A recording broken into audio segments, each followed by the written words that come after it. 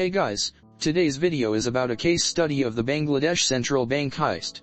So, let's begin. On February 7, 2016, the Bangladesh Central Bank in Dhaka observed that they have more transactions activities than usual, of which 35 transactions are suspicious. Now, normal people can't trust computers. So, they will verify everything. Similar, in the case of this bank, when transactions happen, it will be printed out a log of it. But on that particular day, the printer stopped working.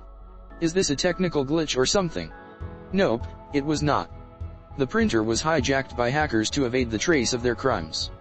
They managed to get out $851 million from the Bangladesh Central Bank, which is half of Bangladesh's reserve. Now you may ask, how did they manage to get into the system of banks in the first place? Well, to answer that, we must go back to September 2015, in the Philippines.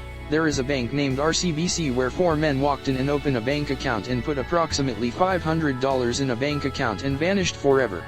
Sometimes afterwards, the Bangladesh Central Bank was hit by spearfish malware, which is commonly known as a phishing email. It was a well-timed coordinated cyber attack. Through phishing, the hacker was able to install malware to spy on the entire network of the bank. They finally discovered the SWIFT system after a long reconnaissance of the entire bank in February 2016. What happened after that can be made into movie series. Given the fact Bangladesh followed Friday and Saturday weekend patterns unlike Saturday and Sunday in the most Western countries, the hackers planned their heist on the bank on Friday. They managed to transfer whopping $851 million using the SWIFT system to New York Federal Reserve, which has Bangladesh Central account used for international payment settlements. On Sunday, when the Bangladesh bank comes back from the weekend and finally avail to fix the printer which we mentioned earlier. Now, transactions logs are being printed after one another. They finally discovered the heist, but it was too late. Half of the nation's taxpayer money was gone. They sent out an emergency request to the Federal Reserve to block the transaction, but it was Sunday, which is a weekend in America.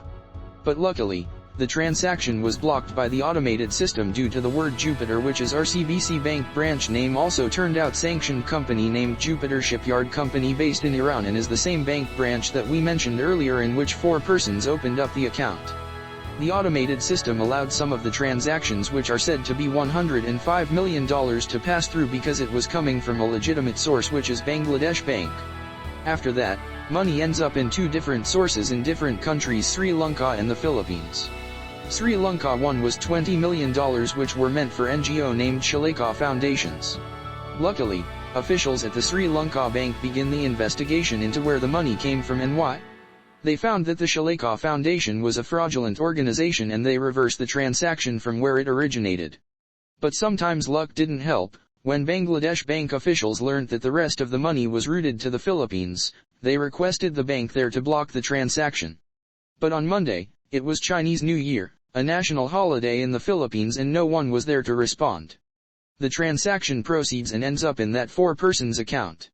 After that, on Tuesday, when the Philippines authorities discovered the transaction, it was too late to act. The police arrested 2 suspects, but it was found that they were just middlemen. What happens after that is the story. No one knows where the money goes. It was said that 4 persons took the money to the casinos to hard cash it and take it out of the country to Macau, China, and then to North Korea. The total money lost was $85 million. It was the biggest cyber heist in history. That's a case study for today. Thanks for watching this video. If you like this video, give it a thumbs up, share it with friends, and don't forget to subscribe to the channel.